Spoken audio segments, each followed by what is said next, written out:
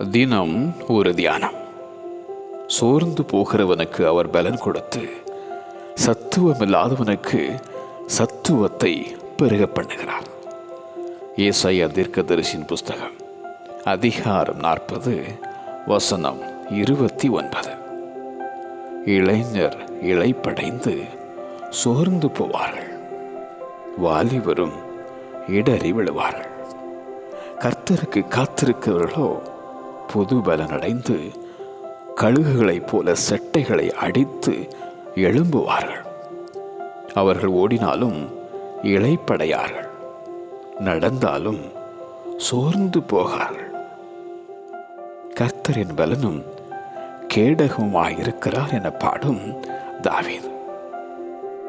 என்னை பலப்படுத்துகிற கிறிஸ்துவினாலே எல்லாவற்றையும் செய்ய எனக்கு பலனுண்டு என்றான் அப்போஸ்தலனாகிய பவுல்.